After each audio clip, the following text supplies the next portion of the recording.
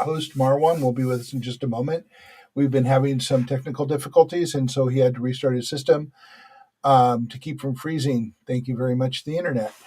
And we will be talking today about a dinosaur dies. But before that, Marwan and I will be talking a little bit about our plans for Friday night. And if you haven't heard so far, we are going to be at an event called Stone Soup at the West Side Improvement Club, um, and off of National and E Street.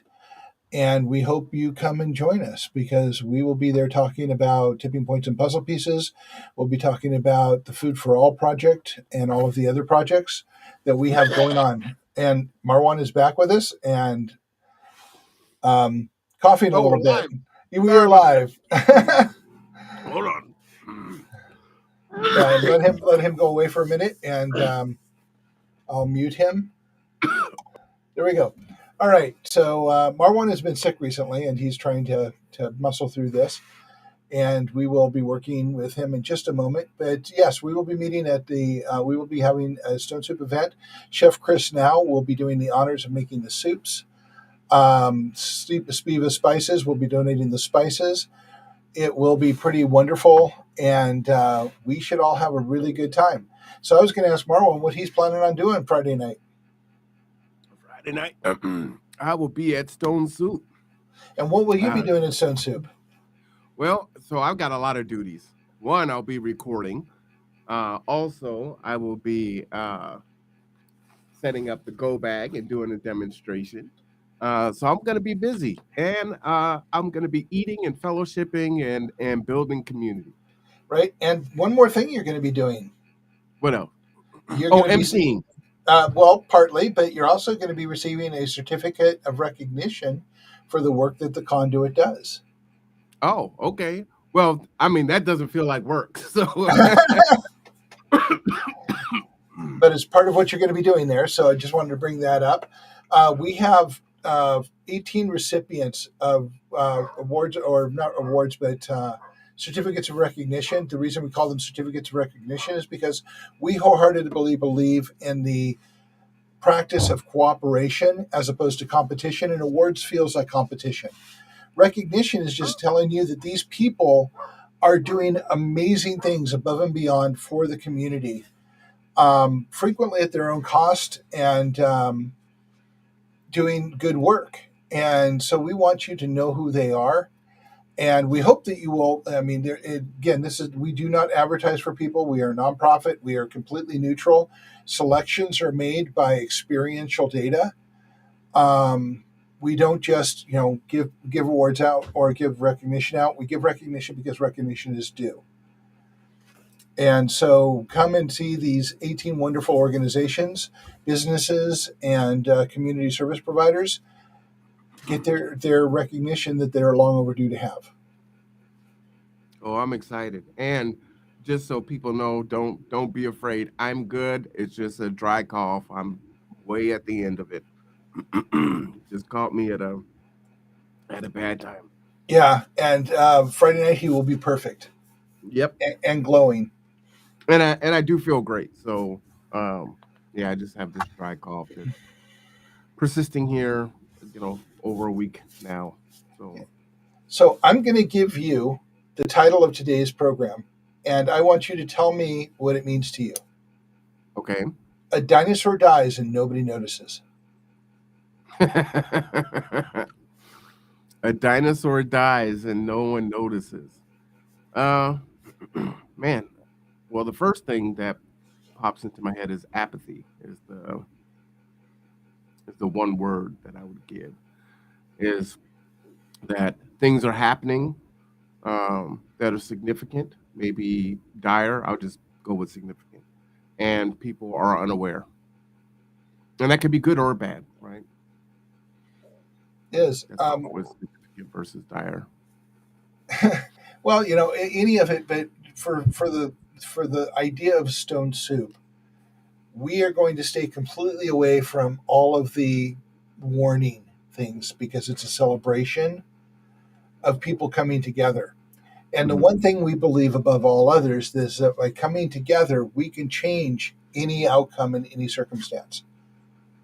And we can learn better together when we know that we have each other's backs and that we can overcome that way. So we are celebrating the opportunity to come together and create community and to share food, which is the oldest form of sharing community. So, but when a dinosaur dies, I am, most of you don't really know me personally, but I read a lot. I read a lot of scientific data. I read a lot of reports. I read a lot of source material for all kinds of things. And I also read science fiction and mysteries because I really enjoy them. But my partner Terry has pointed out to me that there seems to be a common thread in my enjoyment reading. Is that it's Mm. all about overcoming. It's all about looking at things in a different perspective.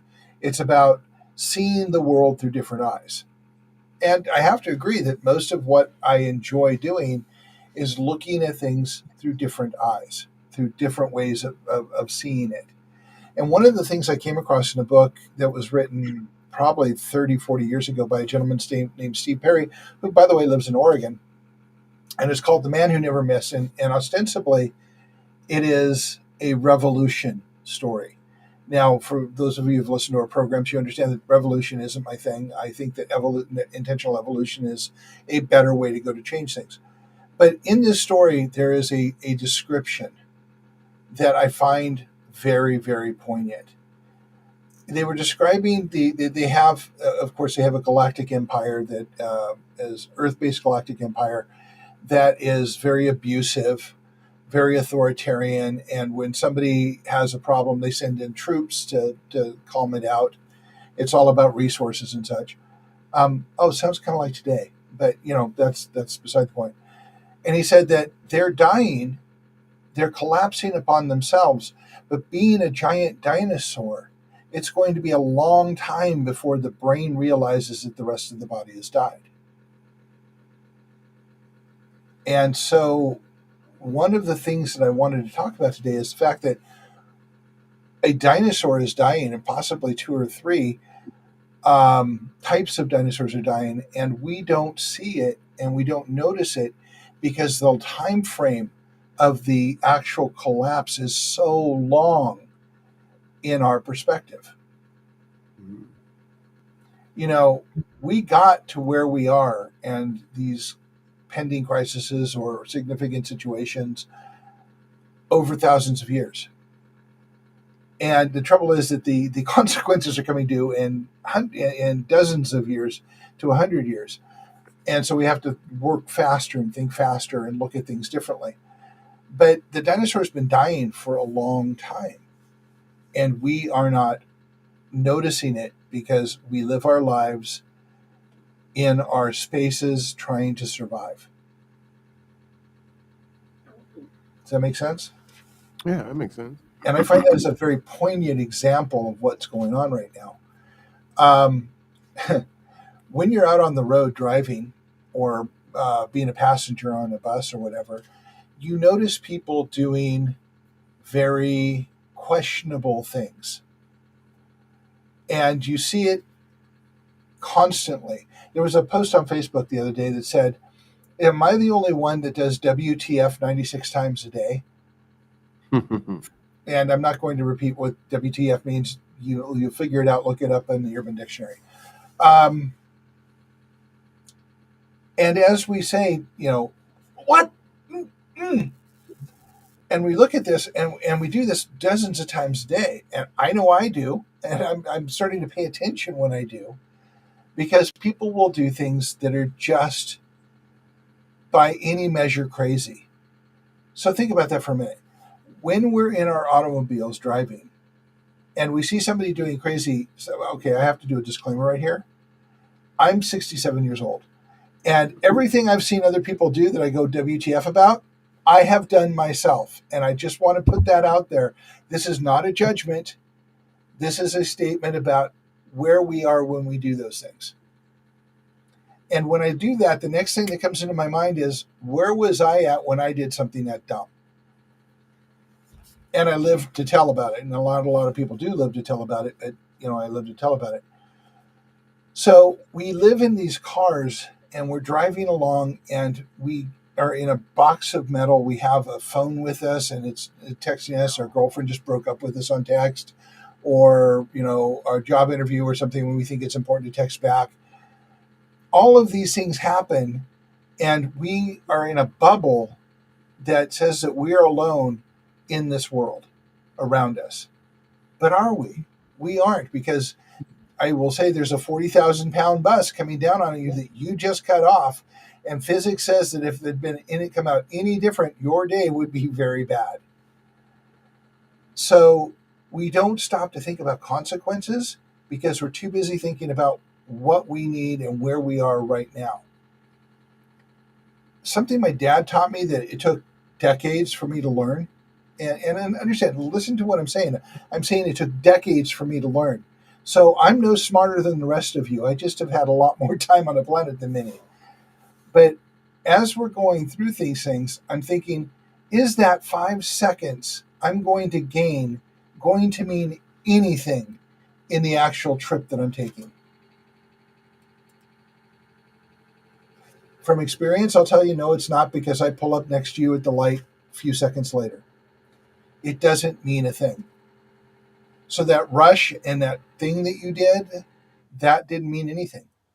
But it feels, the pressure you feel is real. The situation you feel is real. All of that feels real because you have no perspective on the road. And perspective Mm. takes time and it takes effort. And you have to look at things in a little longer time frame. But we're taught not to do that. We're constantly under pressure to perform, and focus on only what we're asked to do. If I'm going to be 2 minutes late, my boss may fire me. And that may seem silly to some of you, but to a great portion of the people working in low end jobs, that's a reality, because that threat is always there. You're on your way to a dinner date with somebody that you care a lot about, and you're going to be a couple minutes late for whatever reason. And let's be honest, you took a couple extra minutes to comb your hair and brush your teeth and whatever, and you left late. But let's say you're rushing to get there. Is that extra 5 seconds going to make a difference? Is that extra 30 seconds going to make a difference? But the risk you take to do that could make a tremendous difference. What if you didn't get there at all?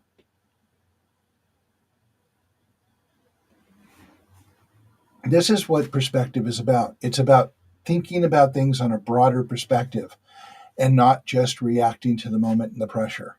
The pressure's there. It's real. I know it. I have felt it. Marwan has felt it. Everybody on this planet has felt it. But being in control of yourself and the situation is far more important than reacting to it. So a dinosaur is dying. We don't see it. And gaining the perspective to see the dinosaur takes a lot more than the perspective you need to slow down a little bit and pay more attention to what's going on around you. But it is real. And until we start paying attention to it, it's going to continue to be a growing risk. And we need to learn how to do that. It's not going to happen all at once. It's not going to happen overnight in any way, shape. It is not a light switch. It is a transition. So I want to share something that was somewhat of an epiphany to me this week. I don't really think of myself as right or left. I think of myself as a humanist. I focus on humanity and I focus on social contracts. It's what I do, it's how I think, it's what gives me the perspective to do the work I do and to engage with people. But on the spectrum of what people in the United States consider right and left, I am very far left, because the very far left thinks about humanity and the importance of humanity. I don't think of myself as left. I think of myself as a fairly rational person. But in the scheme of things, I am to the left. But my perspective is that we have to transition, and that makes me different from everybody else that is politically left or socially left. They want to drive the point home now, today, change it now, be there now. But that's not how it works, is it? Change doesn't happen like a light switch. Change doesn't happen overnight. Change happens when people reach a tipping point and embrace it. And that's the difference between the way I think and the way a lot of people think. They want what they want it now. They want it, a decade is too long. But is a decade too long when we change all of the way things we do? Change is scary.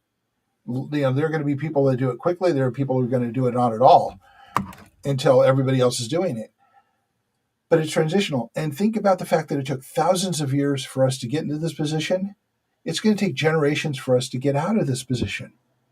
But I need you to hear me now when I say we can do some extraordinary things in a very short time if we start working together. What would those things be? Because you're making it sound like I know you're kind of speaking in general, Yeah, but the work we're doing today, as you often point out, is work for our daughters' children. some of Because the that, things are. Some of the things are cultural change. Okay, so let's break this down. Long-term cultural change is going to take generations. But some things that are at risk right at this moment that are life-threatening risk, quite honestly, are water availability, water delivery, water management. These are things that are done poorly right now. And we can actually make a change on that in a year or two by coming together and pushing for it.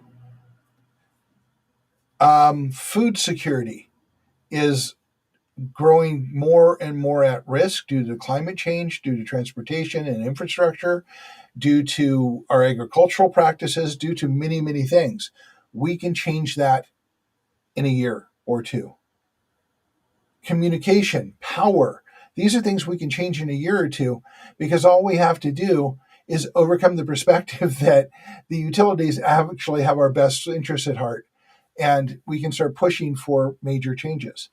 And a lot of what resilient ecosystems does is around those things. And we can make differences not overnight, not at the flip of a light switch, but we can make changes in Kitsap County literally in the next couple of years by working together, by having those conversations, by talking about our humanity and humanity thriving. And come Friday night and talk to us because a lot of what we're presenting is about the short term, about coming together and how we can do amazing things in the short term. What I tend to talk about when I'm not talking about building community is I'm talking about the long term changes we can make once we have the perspective to start making those changes. But I won't be alive to see it, and I know that. But you will be, or might be. And so we need to start the process. We need to start putting one foot in front of the other. An analogy I used for Terry today, as we were talking, and she was saying, well, how do we change the flow? I said, by putting one stick in the sand, and then putting another stick in the sand, and then another stick in the sand.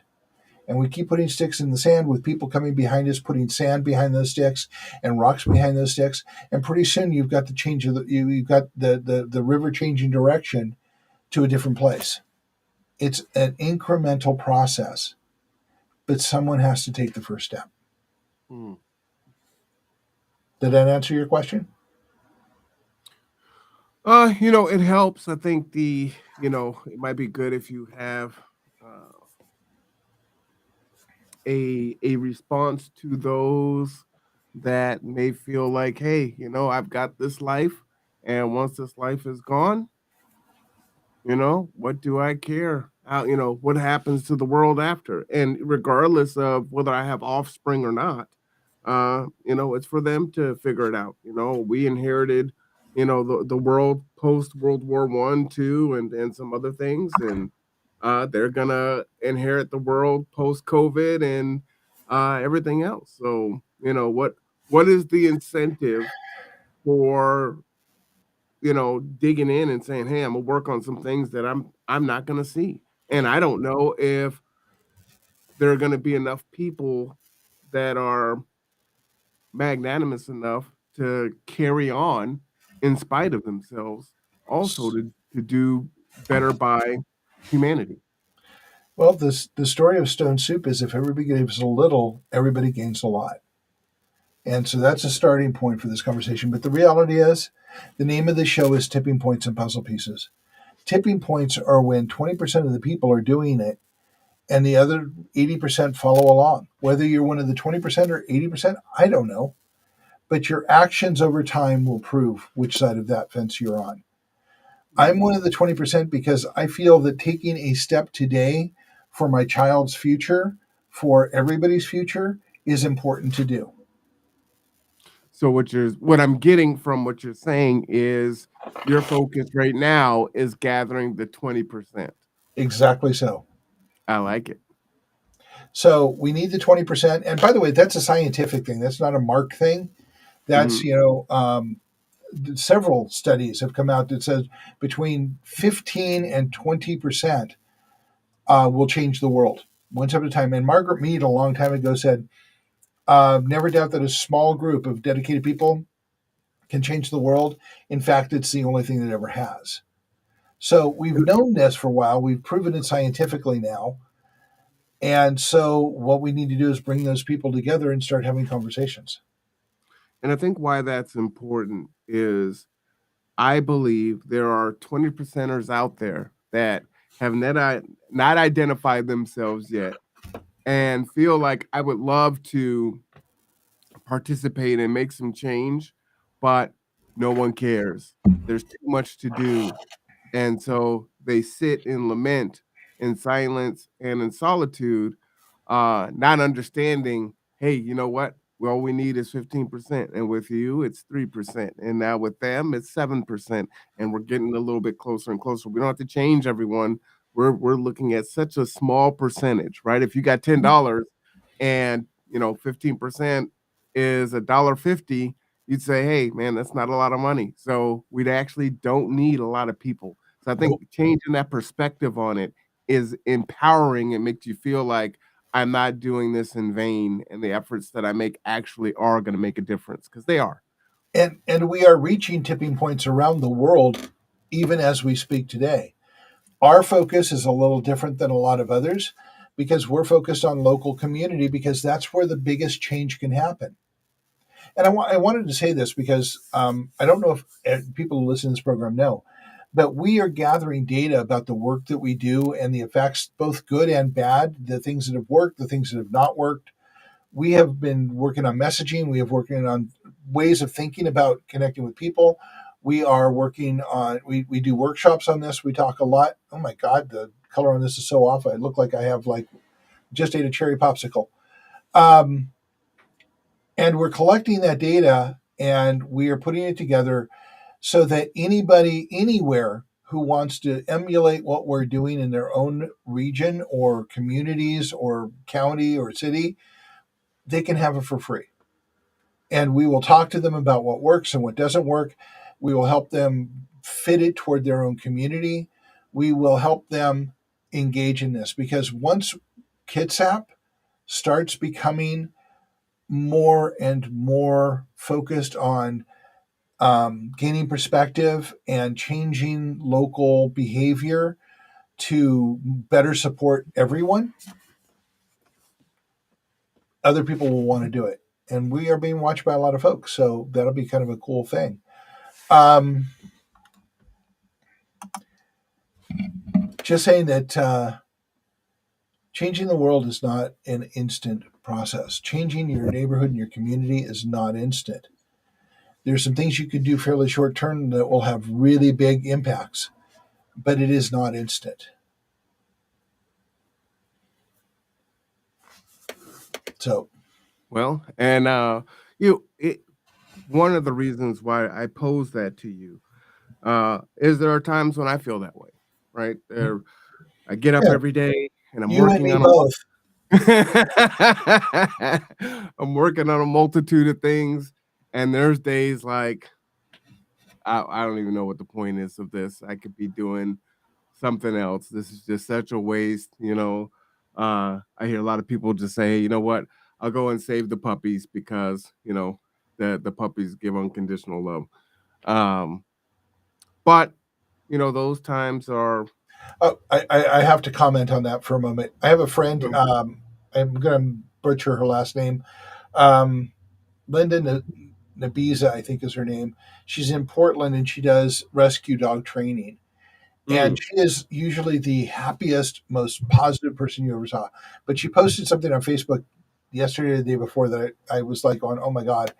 And she's going, if you expect a puppy to be perfect and perfectly behaved the moment you get them, buy a Roomba and put googly eyes on it. okay. Because puppies are puppies and you're going to have to work with them. You're going to have to train them. You're going to have to, engage with them and get them to where you need them to be. And, if that's not your attitude going into it, it's not going to be a successful matchup. And that's not even rescue puppy. That's all puppies. Well, I think it's important to you know stay the course. You may need to modify the path. Yep. This year, Frequently. you know, some of my messaging will is going to come off a lot more radical, and I'm going to piss some people off this year. And some of the things that I have to say, uh, however, in that what you were saying about, you know, hey, some of these things are going to take time, right? Mhm. And this dinosaur dying is taking sometimes generations, years, decades. Uh, and we're not going to right the ship overnight. Some of those things, even if we can't change it tomorrow, you got to wake up now, right? You Yep. sleep, wake up, you know, because until then, we cannot change direction, right? And right now, you're not paying attention to it.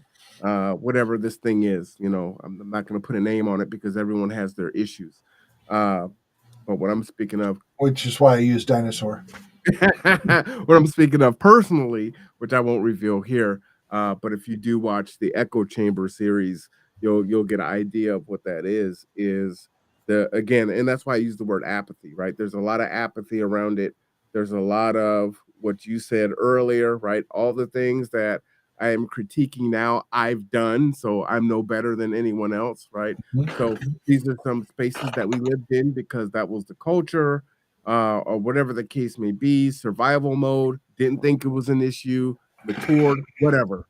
Um, but I think we've Just gone down. just for plain stupid at one point or another. Mhm. That's Yeah, I yeah. can say that. I can say that for me.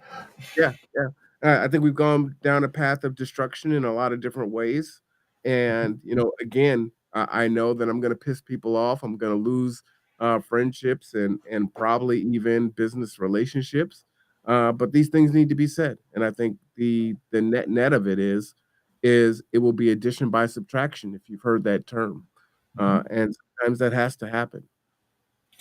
Yeah, I have a slightly different approach these days, and God knows I've been down that path a few times. Um, I'm a little bit younger than you, sir, so, you know, I'm going into my, yeah, rebel season. yeah. I mean, there are frequently times that I wanted to do a right cross when I really needed to do was just step out of the way. Um, so my way of doing things these days is invite people to participate and invite people to connect. Um, and if they don't want to connect for whatever multitude of reasons, it doesn't make them bad people. It means that they're involved in something right now that they can't. But the fact that I invited them and keep inviting them will mean that at some point they're going to connect. I And think the I door is think it's always the same open. thing. It is the same thing. It will be an invitation. It is an invitation, and the reason is, and that's why the show is called Echo Chamber, actually. But uh, in my individual conversations, people agree 100% in the things that I'm talking about, right? and they will come and lament those things to me. The problem is that they cannot say it publicly because they're worried about being ostracized or canceled or destroyed, right? And they have to take care of themselves and their families, and they may be the Mhm. sole breadwinner.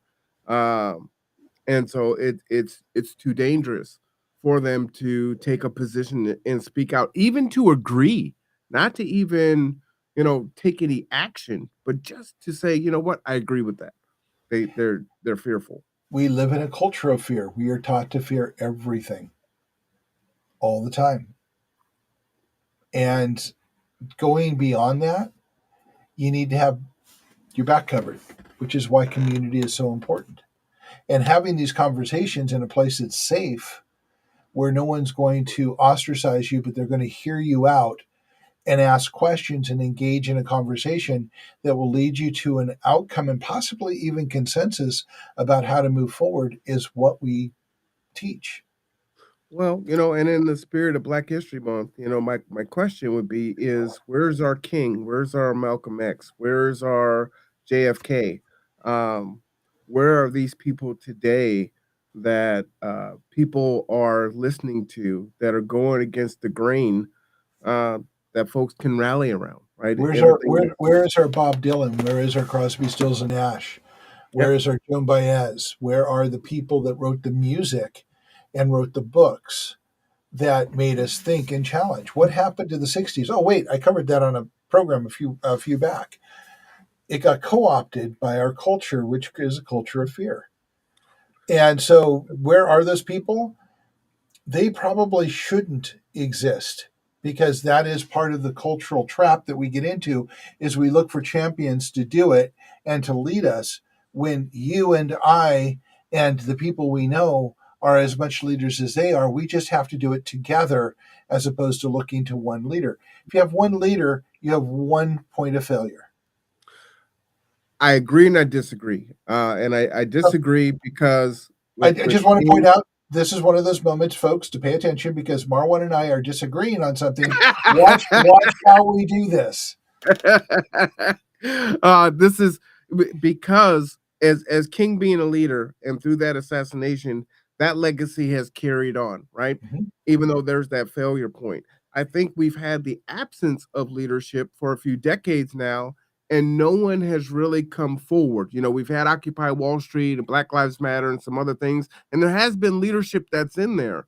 But it's interesting, just today I was watching there's an officer on trial for a murder of another citizen, and we're not hearing anything from Black Lives Matter. It's almost as if it's been dismantled. And so because it's been co-opted by capitalism, and the three that founded it, went and bought a bunch of mansions and did all their other things, the spirit of Black Lives Matter seems to be defunct right now, right? Mhm. So these travesties and injustices are still happening, but now there's this silence. And so there isn't a perfect leader, no doubt, but I think we've had this absence of leadership. Even when Black Lives Matter came to be and Occupy Wall Street came to be, there was no leadership. There was no one to point to that was kind of this guiding North Star. And even if the community or the opposition attacked that person, short of assassination, right? You can choose who you cancel and who you don't cancel. We see that power even when it comes to the Me Too movement or any other movement, when there is selective canceling of people. So folks are able to It's protect who just they want to it's protect. another form of co-opting. Yeah. It is just another form of co-opting. It is how to take power out of a movement of change to keep things the way that they are. Which is why I feel like right now there needs to be some leadership. Someone needs to take the lead. And there's a lot of fear from that, right? Mhm. We've been told through demonstration, hey, you could Put your be head up, a you'll get leader if you shot. want. As the saying goes, the tall blade of grass gets cut. So, Yeah. you know, but we have to be bold. Someone has to be bold. We need bold people to stand up and say, "Yeah, you know what? I'll do it. I'll say it. Yes, I'm gonna get chopped down." And then hopefully someone else will carry the torch, and Or that will light worse. the next generation. Yeah. So you know what's worse these days than getting chopped down? What's that? I don't see getting chopped down as a threat as much anymore. What I see as a threat in our world of apathy is being ignored. Hmm. I'm trying to digest that. Being ignored. They will bury it, the message, under thousands and thousands of things. You realize corporations have teams of people that scour the internet and bury any negative word under thousands of posts that are meaningless. Yes. Try doing a search on Google, and it takes you 10, 15, 20 pages before you find anything meaningful, because the people are being paid to bury information. And that's where we, the people, have to be the counter messaging and have to promote And you have to do that by having relationships. to overcome it. Yeah. And I am saying that start with your neighborhood. Oh my God, I hate that guy on the end of the street. I can't talk to him. He's so racist. He had a Trump sign in his yard. I can't even. Well, guess what? You can. There are things that you have in common that you don't want to think about because you're diametrically opposed on some political or specific issue. Welcome to being programmed to not connect with other people. But you might just have something in common with them. And together, when you start talking about humanity, you'll find you have a lot of things in common with them, and you can work together to make change. Well, I think I'm gonna get a Trump sign. Well, that'll be interesting. Yeah. I love it. Let me go to Amazon and order one. Or I should just go to the campaign, right? That should make an interesting conversation. But uh, the point is, anything that is immediately divisive in messaging, talking to the person will show you that that may not be true at all. It may just be they're looking for some kind of change because things aren't working. Now, there are ideologues that are out there that are just hateful people, but they came to that hate through pain. Not that you can go out and fix them, but not everybody's that way. Most people are just the people who voted for Trump the first time around that I've talked to were looking for somebody to change things. And they were seeing that what they were being offered was the same old shit that is causing pain in their lives or a potential change. So they voted for the potential change. It's not what they got, it's not what any of us got, but that's what they were voting for. I've had great conversations with them because I came at them with not accusations, but questions saying, I don't understand. Can you explain it to me? And not well, judge and don't judge. and the converse is true, right? So Right. folks went back and voted the other way, and they got exactly what they always get. And here we are again. Well, yeah, and with some actual differences, but not enough for us to call this a big win. Um, but then again, you look at the House of Representatives and you see complete. What was it Bo said the other day? Clown show, and it's exactly what it is. But this is because people are controlled. That our representatives are controlled by people other than us, and that has to change. And the only way that can change is by us coming to agreements about what we actually want. Not agreements based on our political affiliations, our religious affiliations, our social affiliations, or any of the things that create division among us, but on our humanity, on our human needs. And that's how we're going to change things together. I wonder what it will take, honestly, for us to. Um, I think there's this fear, at least from a political standpoint, that if either side gives in to make the change that actually needs to happen, that both sides actually agree with, um, that there's going to be this loss, and you just cannot lose any ground. So dismantling the electoral college, getting dark money out of politics, things that generally both sides agree on. Uh, but there's this fear, so we hold on, and unfortunately, we continue to elect, and then they protect themselves Yeah. from being being ousted to keep the status quo. Because once they're there, they're in there, right? So this is my one political comment on this whole thing, and it doesn't matter what Sure. side of the aisle you sit on. You should never have the power to vote your own pay raise, Oh, I agree with that. and yet they do. That's all I have to say about that. It's self-serving in every way, and that was not the vision of our forefathers. That was not the vision of the founders of our country, the people who wrote the Constitution. They expected to have public servants serving short terms and representing their constituencies. I Hmm. think we can fairly say that that does not occur anymore. No, not even close. Yeah, 23, 30 years in office, go in with a few $100,000, come out with $1 billion. Well, Yeah. but we have to have the temerity and the strength to make that change. I would say we have to have the conscious agreements and consensus that change needs to happen and what that change is. And that's, again, not a light switch. That's a process of building relationships. Well, and that's where I think the hiccup is because I do believe the majority of people universally agree to that. The problem is how do you make that change, and then which side is ultimately going to be the first benefactor of that, if you will, right?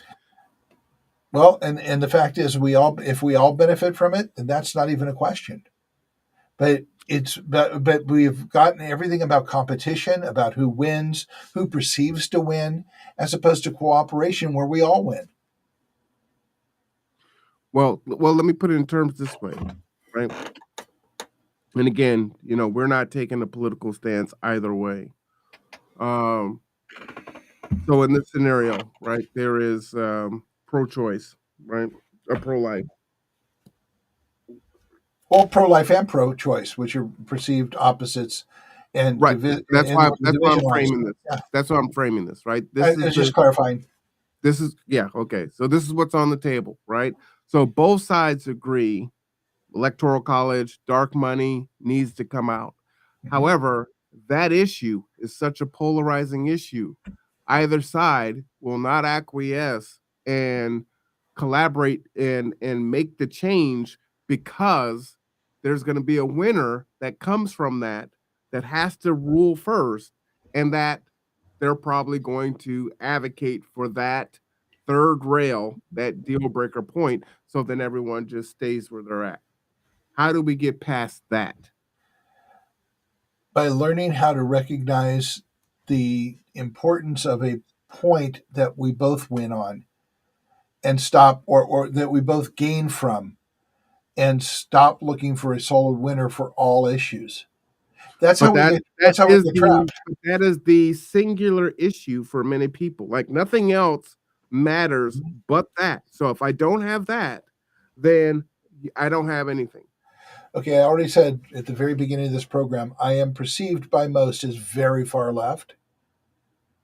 I personally think that this should be a non-issue completely, because keep your damned hands off our decision about what we do with our own bodies. That's So then not we a can't government. move. That's a government thing. That's So not. we can't move because it is what it is. You see what I'm I. saying? But Whether you believe it should be an issue or not, it is an issue. So that it doesn't is help an us move issue. But forward. the one side of the issue is about somebody who wants control over other people's lives. And I said, you We have can't control over your life. Why do So you want control over I'm mine? gonna play the opposite on that. You're Please. not gonna get me off of that position. So it is an issue, Yeah. right? And you telling me that it shouldn't be an issue isn't gonna not make it an issue. I'm not. And so Yeah. because of that, Mhm. I cannot work with you and get rid of the electoral college and get dark money out, because I know that as soon as you win, once we get what we want, and if you're already in power or you get the power, then you're gonna make sure that I can't touch that particular issue. And so therefore, I I can't work with you. I can't move. That's where our issue is, right? Well, and we're back to the 80-20. But we need more than 80-20 in order to make that change.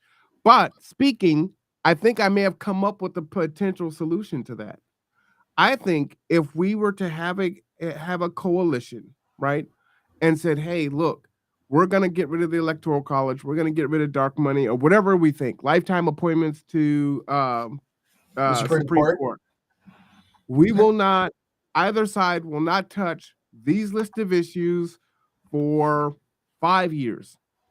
And it will be status quo for some of these really hardline things. And then at that point, then we can start to make some changes based on the community believing that politics works the way that it was more intended to work. Mhm. What do you think of that? I don't think that's a bad idea. I think that we have to teach people that the reason these hard points exist are not because we have true beliefs in the system, but because we're being told that by people who benefit from it. Right. But if it wasn't me or you, this conversation would be over, right? Yep, it would be because you would have canceled, or the person would have canceled me, and that would have been it. Exactly. And I can tell you how little I care about somebody canceling me because they perceive my view different from theirs. It's the antithesis of what humanity is, and I reach out for humanity every time. If you can't respect that, then you're going to cancel me anyhow. And I will focus on people I can talk to. And we will eventually get to the point where we can have conversations about these issues like you and I do. Well, hopefully. Time. It's a transition, not a light switch. That's why I believe these conversations are so important. And so when I do have folks that question me on why I do this particular show, or Do, I do do work you with get folks. questions on that? I Do mean, I get what? do you actually get questions on why we do tipping points? Yeah. Yeah, absolutely. Wow. Yeah. They don't see the value in it. Okay. Um Should we be yelling at each other more? No, I think people want exactly what I was saying, right? Mhm. I should have certain positions because of who I am and how I present, either as being black, being a heterosexual male, whatever it is, right? Um, that I should have a particular stance and I should govern myself in a certain way. And anything less than that is to go against something else that I advocate for. And with the people that are coming against me in this, it has nothing to do with race actually. But um, I my advocacy is quite broad, right?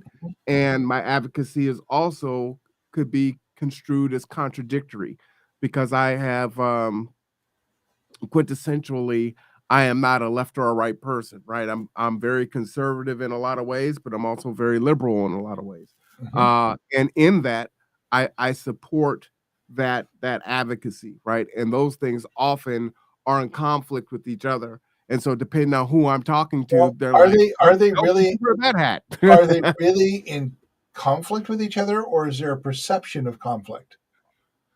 uh I think in the perceived outcomes, it, I think your answer is right. The thoughtful, logical answer is it's perceived.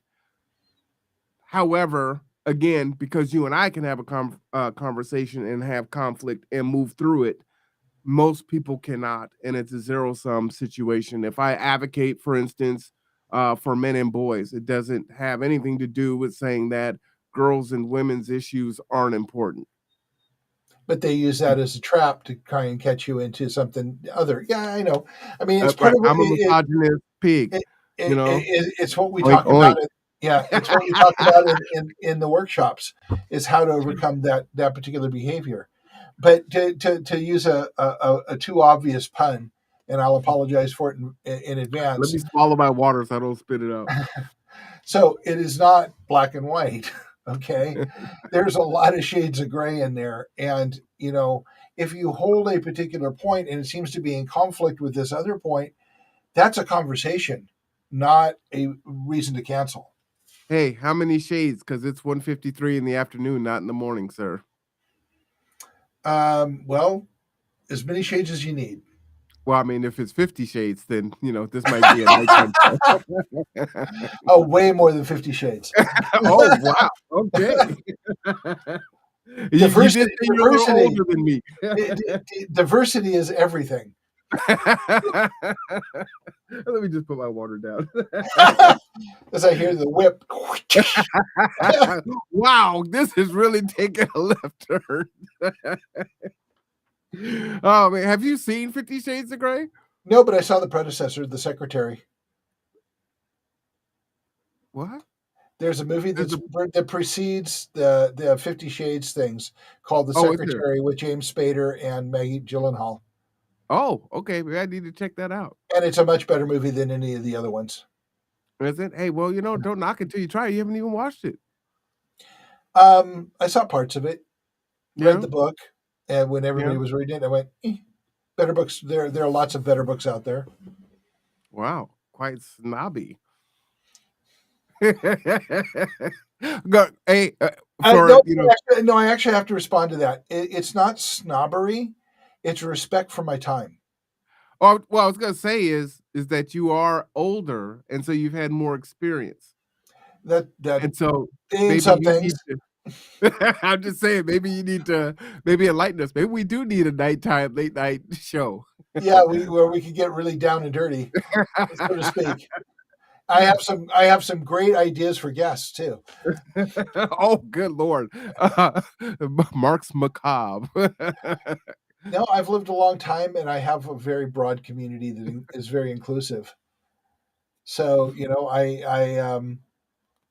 I've lived my life. I'm not going to Oh apologize man. for that.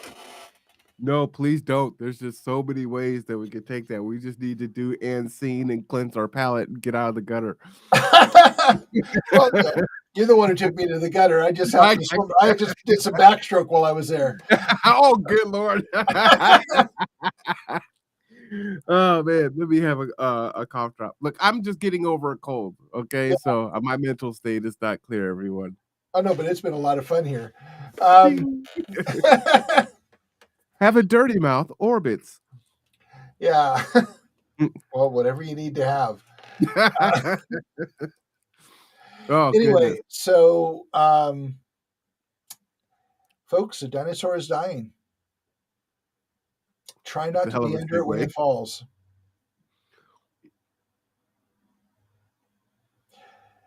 When big systems go. Ooh, can I tell this secret from Crystal? I have not read it yet. I turned it off so I didn't get a look at it. But go for it. It's just something that she says she's going to be bringing to Stone Soup. Okay. She says, "Hey team, I'm bringing my microscope to the event. Please bring a soil sample for inspection. 3 inches down and place in a clean Ziploc. Same day as the event." Awesome. That's so cool. Yeah, Yeah. And Deanne's going to be there talking about growing as well. And she finished the Master Gardener program. We're going to have Matthew talking about renewable energy and some of the projects that we have on our plans for next year, which are going to be very exciting for Kitsap County. Marwan's going to be doing a go bag. For those of you who don't know what that means, it means how to have something with you that keeps you prepared in case of an emergency. We are going. and I'll just say we're keeping it positive. So Yep. I'm a person that likes to be comfortable. This is what the go bag looks like. So just think about getting caught in a traffic jam and you didn't have a chance to have lunch. And wouldn't it be great if you had, some trail mix and some, something to drink and whatever, your favorites, right? And you got the kiddos in the car and you want to have something for them to do, or you need a blanket. I like Yes. being comfortable. That's any important to any me. number of things you can do, and remember, having those distractions and being healthy while you're in the car will help you from going to a place that's bad.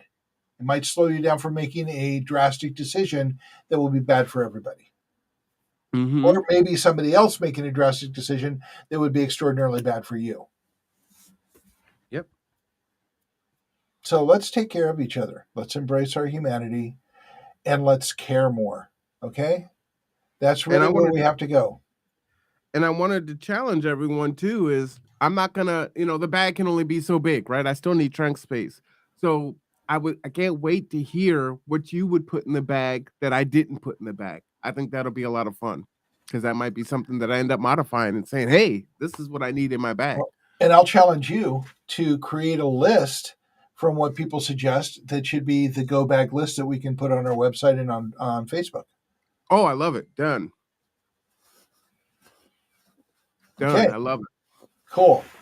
So come have your input on what you go into the go bag, Mm-hmm. and let's make this this is going to be an annual event, and let's make it a really strong community event. I want to see dozens of gardens planted after this. I want to see neighborhood ambassadors step forward and start connecting neighborhoods throughout Kitsap County. This could be the launch point for a whole new Kitsap County. And let's be honest, the reason Kitsap, well, I mean, part of the reason that Kitsap County is what we chose is because we live here. But Mm-hmm. the real reason, beyond all of the other reasons, is that Kitsap is hard. Kitsap is an extraordinarily hard place to build community. And we need to win in a very hard space to prove that it can be done anywhere. And I welcome you to come talk to me on Friday night and ask me why it's so hard. I'd love to talk to you about it. And to be clear, because I think it needs to be stated, is he is not saying that there is not community and that you do not already have community, but there is cross pollinating that needs to happen that is not happening. So there's a lot of strong communities out here. Yeah. There are a lot of folks that brag about how resource rich we are in social services and nonprofits. So we do a good job in that. And in a lot of ways, we're thriving. Mhm. However, there are a lot of ways where there are so many deficits and there are still so many people suffering either through food insecurity, housing insecurity, and whatnot, whatever it is, you name it. And that's where we need to build community, getting to know each other, finding that common ground, making that change. And if you notice, if you look nationally, a lot of things that happen nationally first happen somewhere in California or Florida or Texas. And so we can be that catalyst, right? That tipping point, if you will, because we built community and then we pushed out together and then made an impact on the nation respectively. Yep. And that's a real possibility the way this is being lined up. So Mhm. let's all come together. Let's future proof our lives and let's help each other do better. I like it. All right. And I think we're there probably a minute shy because of technical difficulties. But what's the last word, Marwan? The last word is no one should die alone. Nope. If the dinosaur is dying and no one knows, you know, we shouldn't be alone. We shouldn't be alone. Nope. And for me, the last word is Triceratops. Okay, it sounds like a safe word, but We're back there again, are we? hey, well, I couldn't help myself. Triceratops, Oh, Triceratops, well, we orange, gotta orange, make sure pineapple, blueberry. we gotta make sure you really mean it, right? That's like, damn it, I can't remember the word. That's not how you pronounce that. Oh, now you need to spell it. Spell And now we it. know. We now know what Marwan does at night. Oh man. Oh well, good. I'm glad we ended off on a laugh. Please tell everyone when Stone Soup is and when to drop off their stuff and then come back for the main event. We will be opening up at 10 o'clock in the morning. It is at West Side Improvement Club. It is at the corner of E Street and National. You'll see the bingo signs in the big parking lot up front. We'll be opening for Chris and I will be there at 10. We'll be taking donations and starting the soups. By about 2 o'clock in the afternoon, anybody who drives by is going to be like starting to drool. And the event starts at 6 o'clock at night. Be there a little early if you can to, come on in and get things settled so we can like spread things out. We're going to be decorating there all day and getting things ready. So it should be a fun time. So again, 10 a.m., you can drop off your foodstuffs. And if you don't have anything to do on Friday, hang out. If you have to get back to work or do other things, go ahead and do those things. We'll see you at 6 o'clock. We're going to have a good time. The event goes from 6 to 9 p.m. Look forward to having a good time, and it doesn't cost anything. It's free. So if you're like, hey, I don't know what to do in Bremerton, hey, meet some Well, local people and get a to meal bring out of it. you need to Okay. bring an ingredient. So bring an onion, bring a carrot, bring something for the soups. And anything that's left over from the soups, we will be giving to the helplines. And I'll say So for those who can, if you cannot, we're not going to turn you no, away. we are not. We have extra bowls, we have extra spoons, but bring your spoon and bowl if you can. We will be making sure that everybody gets fed. If you can stay later to help clean up, that would be wonderful too. All right. Well, we look forward to seeing everyone Friday night. I got a lot to do, and you will see us back again here at 5:30 p.m. for City Council first meeting of the year. So, for Mark Boatwright Frost, I am R1 Cameron. This is Tipping Points and Puzzle Pieces. We will see you